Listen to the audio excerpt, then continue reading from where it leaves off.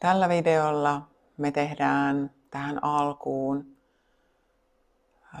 hengitysharjoitus, jossa me lähdetään jo tietoisesti hidastamaan tahtia. Tämä hengitysharjoitus kohdistuu sydämen alueelle, koska sydän on meidän kehossa sellainen ikään kuin vastaanottava kanava. Me voidaan ajatella, että kädet on ikään kuin meidän sydämen jatke. Me pystytään avaamaan täältä käsiä ja kädet on sydämen jatkeena, toimii näin. Ja kädet on myös ikään kuin kanava vastaanottaa ihan niin kuin konkreettisesti. Mutta nyt lähdetään luomaan yhteyttä tänne sydämen alueelle niin, että sä voit tuoda kämmenen tänne sun rintakehää vasten. Ottaa itsellesi sopivan istuma-asennon. Tehdä tämän harjoituksen joko tuolilla istuen tai maassa istuen niin, että pepun alle tulee jälleen tyyny, että sä saat suoristettua sun selän niin, että pakarat asettautuu sinne tyynylle ja peppu vähän ehkä laskee viistosti eteenpäin. Sitten voit sulkea sun silmät, jos se tuntuu sulle hyvältä ja turvalliselta. Ja lähdet alkuun vaan kuulostelemaan sitä sun hengitystä niin, että sä tunnet sen vasemman kämmenen siellä rintakehän keskellä. Ja hengität ihan normaalisti. Ei tarvitse syventää, ei pidentää, ei mitään. Hengität normaalisti ja jos tulee haukotuksia, niin annat haukotusten tulla.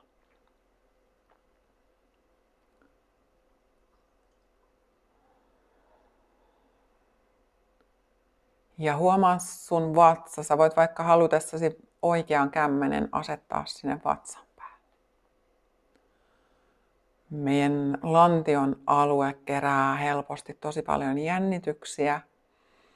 Niin kun meillä on nyt se oikea kämmen siellä vatsan päällä, niin sen avulla me voidaan ikään kuin kutsua sitä vatsaa rentoutumaan. Eli se saa sieltä pyöristyä. Vähän niin kuin pienillä lapsilla on usein, että on semmoinen pallomasu siellä pömpöttää ja sitten kun me tullaan aikuisiksi, me ruvetaan tosi helposti vetämään sitä sisään. Ja sitten niitä kireyksiä kasvaa sinne lantion alueelle, missä on muutakin tunnekuormaa. Eli sun kämmenet toimii ikään kuin sellaisena tukena, läsnäolon lisääjänä siellä sun keholla. Kun sä hengität sisään nenän kautta, sä voit tuntea, miten sun kämmenet kohoaa hengityksen myötä. Ja uloshengityksellä voit tuntea sen liikkeen, mikä tapahtuu sun kehon sisällä, kun sä hengität sisään ja kun sä hengität ulos.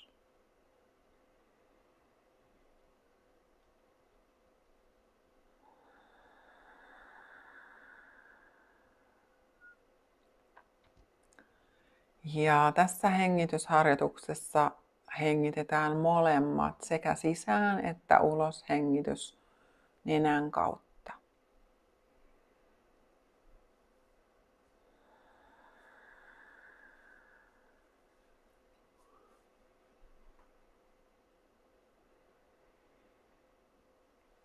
Ja kun sä hengität sisään, niin sä voit samalla niin kuin tuntea, miten sun keho ikään kuin pitenee.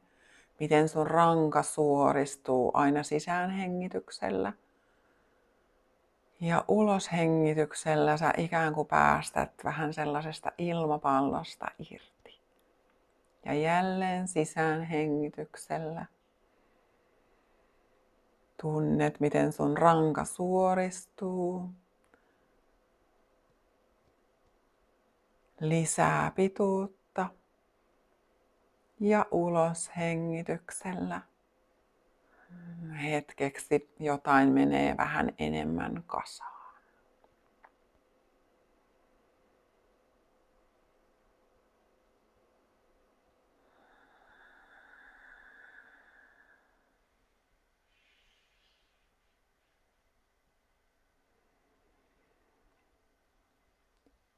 Ja nyt voidaan tietoisesti syventää vähän sitä uloshengitystä ja se tarkoittaa, että me pidennetään uloshengitystä.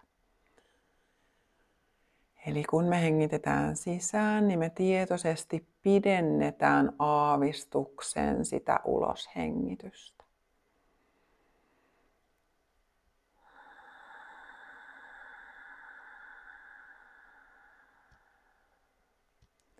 Eli sä voit ikään kuin hengittää ulos vielä silloinkin, kun tuntuu, että ei sieltä tule enää mitään. Niin koitat ikään kuin ihan viimeiseen pisteeseen asti hengittää ulos. Mutta kuitenkin niin, että et lähde pakottamaan mitään.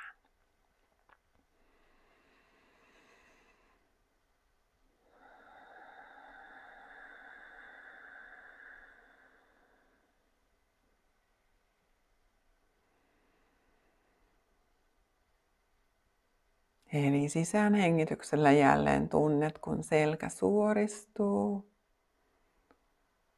Ja uloshengitys pitenee.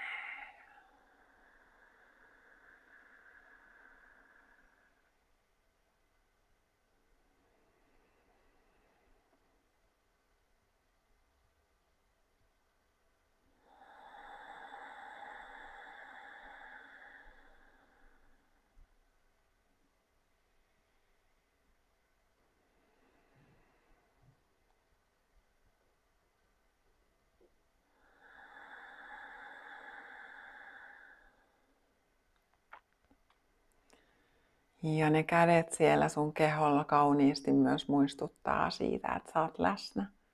Sä oot sun kanssa. Ei ole mitään hätää. On turvallista rauhoittua. Hengittää rauhassa syvään ja ulos.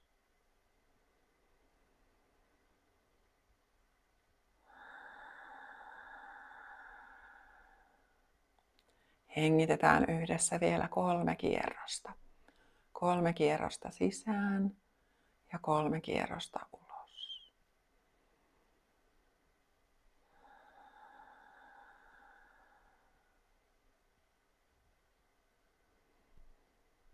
Toinen kierros.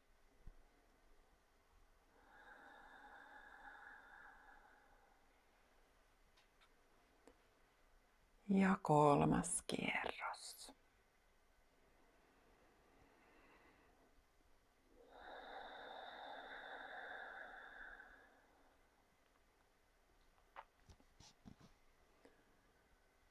Ja jos sulla oli silmät kiinni, sä voit hetkeksi avata sun silmät. Vähän ehkä pyörittää sieltä hartioita taakse.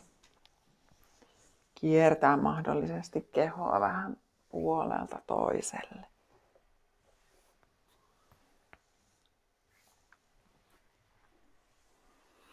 Ja ihan hetkeksi sä voit tuoda vielä sen vasemman kämmenen sinne rintakehälle. Nyt kun me ollaan enemmän läsnä, niin meillä on mahdollisuus oikeasti kuulla ne meidän tarpeet. Mitä se keho viestittää sulle? Mikä haluaisi nousta nähdyksi ja kuulluksi? Sä voit jäädä sen kysymyksen äärelle ja kirjoittaa vaikka sen sinne sun vihkoon ylös, että mikä on se viesti, mitä sun keho kaipaa? Kaipaako se lepoa? Tukea palautumiseen, hengitysharjoitusta, läsnäoloa. Koska sulla on lupa siihen kaikkeen, sulla on lupa hidastaa, sulla on lupa kuulla, sulla on lupa nähdä, erityisesti itsesi. Siinä se uupuminen on usein tosi hyvä. Mä oon opittu siihen, että ikään kuin se on jotenkin sellainen niin kuin riittämättömyyden merkki. Mutta se on ehkä yksi toinen siemen, minkä mä haluaisin istuttaa, että se onkin ehkä uuden alku. Se on sen alku, että sä alat luoda yhteyttä itseesi ja arvostaa sitä, mitä se sun keho viestii. Kuulla omat tarpeesi, tuntea omat tunteesi. Kiitos tästä. Me nähdään seuraavalla videolla.